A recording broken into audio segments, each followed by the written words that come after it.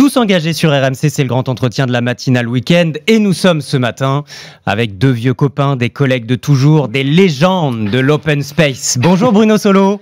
Bonjour. Et bonjour Yvan Le Bolloc. Bonjour, bonjour les copains, bonjour les copines. Ou plutôt bonjour Jean-Claude Convenant. Et bonjour Hervé Dumont. JC et Vévère, 20 ans qu'on ne les avait pas vus se prendre un café ensemble. Et voilà de retour, téléfilm anniversaire mardi prochain en prime time sur M6. Il nous avait manqué à nous, JC et Vévère. À vous, est-ce qu'il vous avait manqué? Quel regard vous portiez sur eux? Quel souvenir vous en aviez de JC et de Vévère? Dans le Bolloc. C'est une question. Je croyais qu'on allait avoir des auditeurs là, direct. Quel souvenir j'ai gardé de... Oh là là, bah écoutez, je commence. Oui, vas-y, parce que là, je suis un petit peu déstabilisé. Oui, parce qu'il s'attendait à ce qu'effectivement, il aime bien la communication, l'interaction. Des souvenirs encore très vivaces, parce que c'est quand même, ils font partie de nous à 200%. Et puis, ça fait pas tout à fait 20 ans qu'on a disparu, c'est 15 ans exactement, parce qu'on a arrêté la série en 2004, à cheval entre 2004 et 2005. Il y a eu les films, il y a des rediffusions sur les chaînes du groupe M6 depuis des années. Donc, on est encore, en plus, très souvent sollicité dans la rue par les gens qui nous demandent les gens qui ont la délicatesse, qui n'aiment pas ont la délicatesse de pas se manifester. Sur les réseaux sociaux, c'est pas le cas. Mais dans la rue, c'est rare. Les gens qui se manifestent et qui viennent nous voir, c'est parce qu'ils aiment bien le programme, qu'ils le regrettent ou qu'ils voudraient savoir comment on va. Donc, on est tout le temps confrontés à eux, on le sera tout le temps. Voilà. Donc, ils ne nous ont jamais quittés. Alors, il y a une part de nous à l'intérieur de ces personnages pour la déconne. Il y a moins de part de nous pour tout ce qu'ils représentent et tout ce qu'ils véhiculent comme valeur quand même. Et comment on se réapproprie ces personnages presque 20 ans plus tard? Comment on retrouve sa Xantia? Ouais, ça va très très vite, hein. Le chauffage était à peine éteint. Vous savez, une voiture, quand elle est conduite dans les tours, voilà, on monte dedans et puis... Rémi Garenne, ça se démode jamais en plus. Les costards Rémi Garenne, vous savez, les fameux costards de Jean-Claude. Donc, c'est les personnages... Pour être plus précis, j'ai confectionné ce qu'on a signé avec ma guitare, s'appelle Revient. Votre groupe. Mon groupe. De musique gitane. Voilà, de musique gitane, la bande originale de Qu'América fait 20 ans déjà. Et pour ce faire, on a fait un petit clip vidéo où j'ai été tapé dans les images souvenirs, les bêtisiers. Les archives, on peut dire. Voilà, les archives. Et donc, je me suis tapé des heures et des heures de déconnade avec plaisir. Et donc, voilà, les costumes sont encore chauds, quoi. Et c'est vrai que lorsqu'on est arrivé sur le plateau et qu'on a demandé à nos camarades, puisqu'on n'est pas que nous deux, hein, toute l'équipe est revenue. Toute la bande a dit oui. Toute la bande a dit oui. Et c'est vrai que c'était assez poignant, émouvant de voir les filles et les garçons remettre leurs costumes d'antan et de retrouver tout de suite les réflexes de leur personnage. C'est le fameux coup du vélo. Dès qu'on monte sur un vélo, on retrouve nos réflexes. Et c'est vrai qu'en plus, physiquement, ils se sont tous bien entretenus, donc du coup il y en a très peu qui on voit à peine la différence. Ouais, il n'y a pas eu besoin de faire des retouches parce que ce ne sont que des sketchs inédits. Exactement. Il y a des journalistes qui se sont fait avoir, qui nous ont dit ah mais vous avez ressorti les vieux sketchs de 2001-2002. Non, tout ce qui est dans Qu'América fait 20 ans déjà, c'est totalement inédit. Ça a été tourné pour l'occasion. Écoutons d'ailleurs un peu ce que ça donne. Cette fois-ci, donc 2019, Jean-Claude a fait la connerie de trop. La nouvelle direction n'a pas hésité. Jean-Claude est viré. Et Hervé, vous êtes chargé de faire des cartons avec Jean-Claude. Et il y a tous les souvenirs de ces 20 dernières années qui remontent.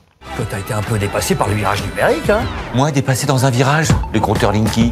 La soi-disant mort de Johnny? Je continue? J'aurais-je fait quelque chose de mal? Parlons-en. Qu'est-ce que je vais devenir, Vévère? Parce qu'à 60 pieds, je retrouve pas du boulot comme ça. On n'est pas bien là, en pleine nature. Tu vois, c'est pour ça qu'on peut pas laisser bousiller cette planète. Vous le disiez, que des inédits liés à l'actualité. Évidemment, l'actualité ces 20 dernières années. L'élection de François Hollande 2012, la Coupe du Monde de foot 2006, l'affaire DSK, le mariage pour tous, plus récemment l'incendie de Notre-Dame, les débuts du Covid, les attentats de 2015. Les gilets jaunes. Les gilets jaunes, comment ils ont traversé tout ça? Port, les réseaux sociaux, l'iPhone, vous vous rendez compte? Quand on a arrêté tout ce qui est arrivé dans notre société, tous ces bouleversements sociétaux, toutes ces ruptures, et il y avait déjà des choses avant, évidemment, on traitait de l'actualité. sexualité dans Caméra Café, dans la mesure du possible, le harcèlement moral, la vie en entreprise, le harcèlement sexuel, le racisme, le handicap, les délocalisations sauvages, la mesquinerie entre employés, salariés, patrons, etc. On en parlait. Mais là, quand on a arrêté, tout ce qui nous est tombé sur le coin de la tronche, et quand on a fait le point, effectivement, il y a des choses formidables, très drôles, sur lesquelles on peut s'appuyer, mais il y a beaucoup de tragédies sur lesquelles on s'est appuyé. Mais bon, la satire sociale s'appuie sur la tragédie. Ce dont on se rend compte, c'est ça, c'est que finalement, l'idée, pour certains farfelus du début du programme, c'est-à-dire un patron un peu vicieux qui espionnerait ses salariés à travers une caméra dans la machine à café, eh ben, c'est pas si farfelu que ça. Et en 20 ans, on voit bien ce monde du travail qui est de plus en plus sous surveillance, non ? Oui, sur surveillance, sous contrainte. Bruno a omis d'évoquer parmi les sujets traités les sujets des retraites.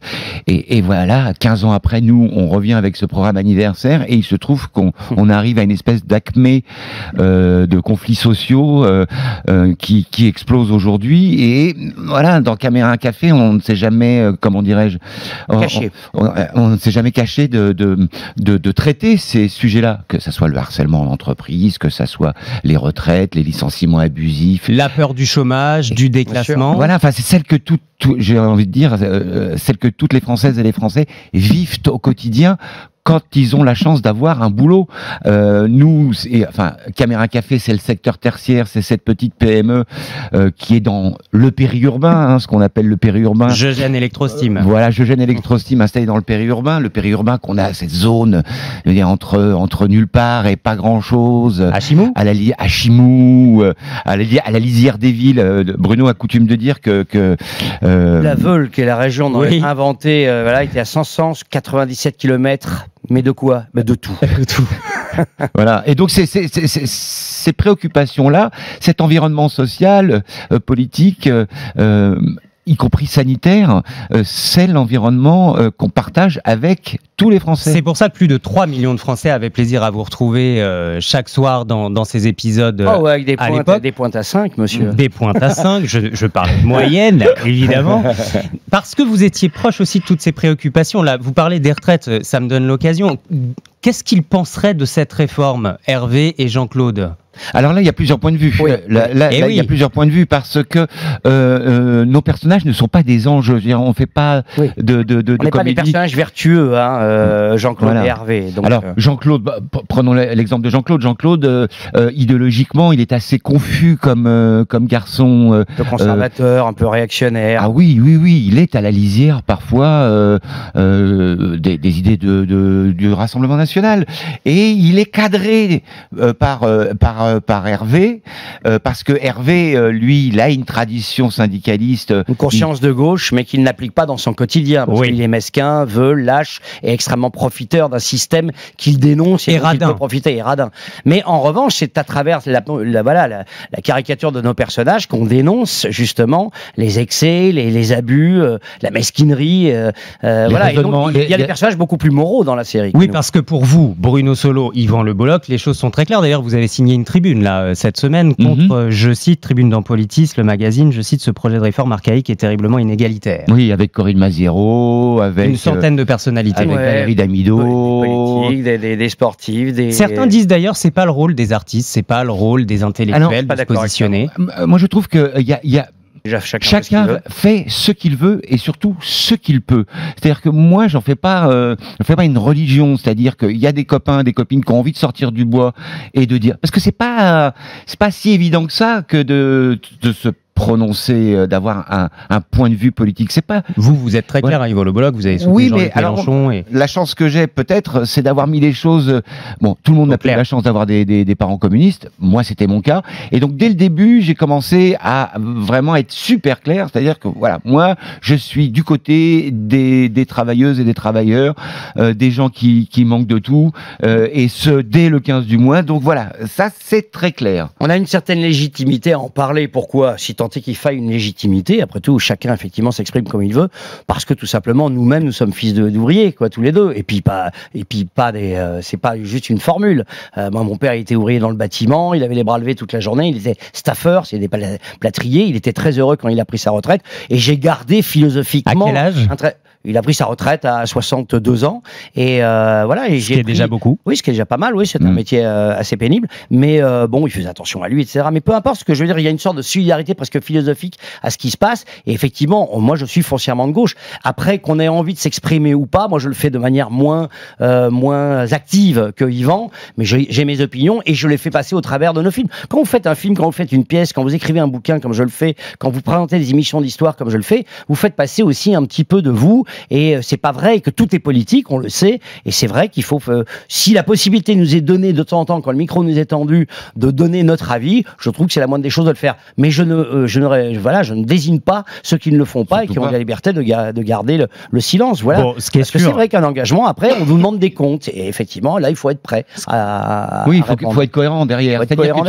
Tu peux pas dire, je veux plus d'avantages sociaux, je veux la retraite à 60 ans, et par exemple, ne pas payer tes impôts en France. Voilà, tu vois.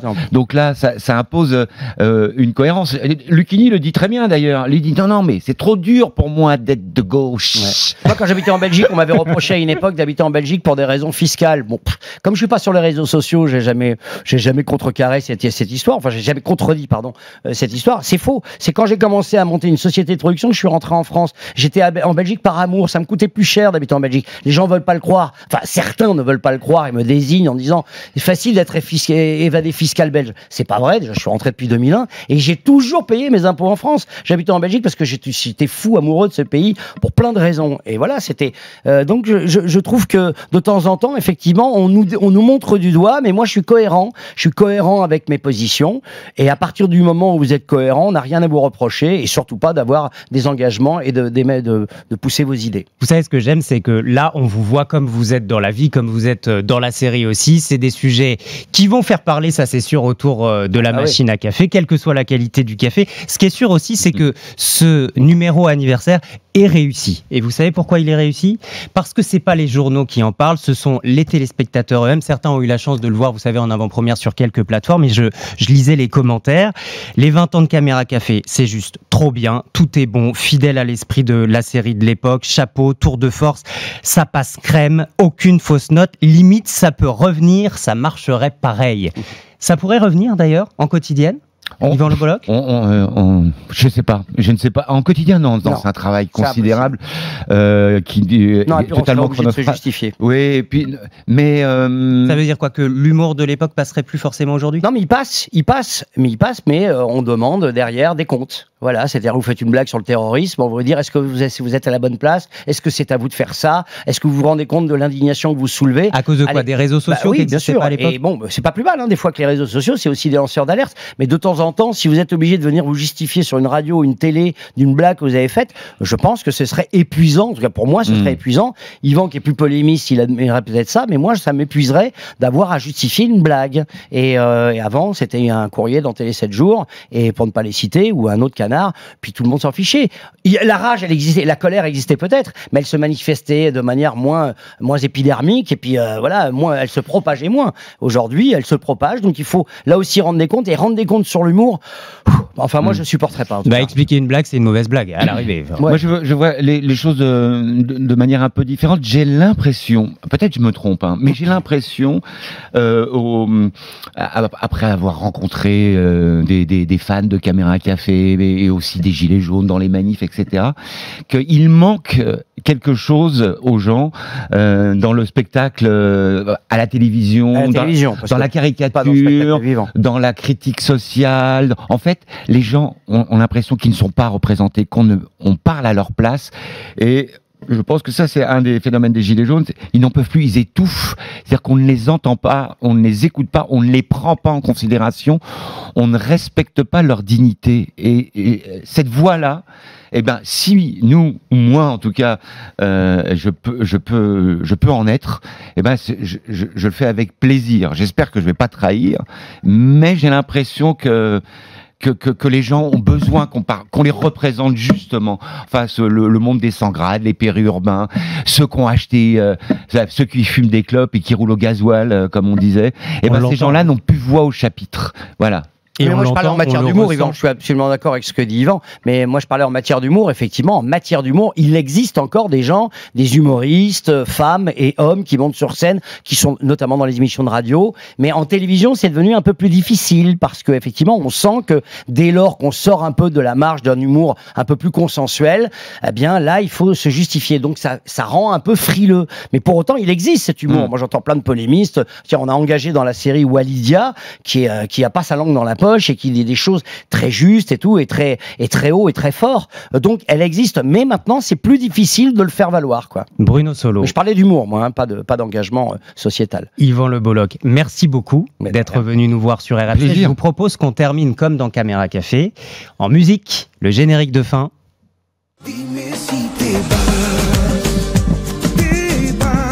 Un peu particulier ce générique de fin, vous le disiez Yvan Le Bolloc. Single Mas Mas, votre nouvel album avec Ma guitare s'appelle Revient. Ça s'appelle Esperanza et ça sort le 4 avril. Ça sort le 4 avril et le 4 avril, nous serons aussi au studio L'Ermitage pour faire un concert pour le lancement de l'album. Voilà. Merci encore et bonne journée à vous deux. Je vous en prie. C'était très agréable, merci.